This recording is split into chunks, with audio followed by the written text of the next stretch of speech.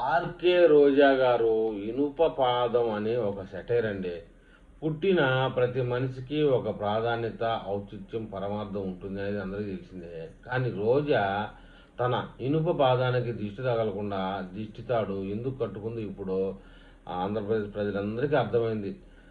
పిడికిలి బిగించి బాగా దోపు అన్నట్లు ఆ ఎక్స్‌ప్రెషన్ చూడండి థంబ్‌నెయిల్‌లో ఎంత బాగా నచ్చిందో. అందుకే ఆమె ఐరన్ లెగ్గు అంటున్నారు గానీ, ఖచ్చితంగా ఐరన్ లెగ్గే అనడమే గాదు.